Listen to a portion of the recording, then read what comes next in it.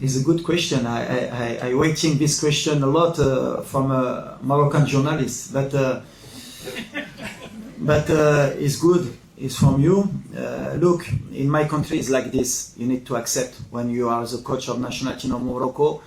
Every result you have a critics. Is true. I do my best for my country every time. Maybe I do a mistake sometimes because every coach he do a mistake in his life and is like this. Me, I'm stay focused with my team is what is important. I fight for my country and the critic every time. What I say to my player, I can fight about this. What is important is what he do in the pitch. When he wins the game, he helped me a lot because when you have only 4 defeats in 3 years half and you make Morocco in semi-final in the World Cup and semi-final in the AFCON, normally nobody can speak, but in Morocco it's different. You win and you spoke.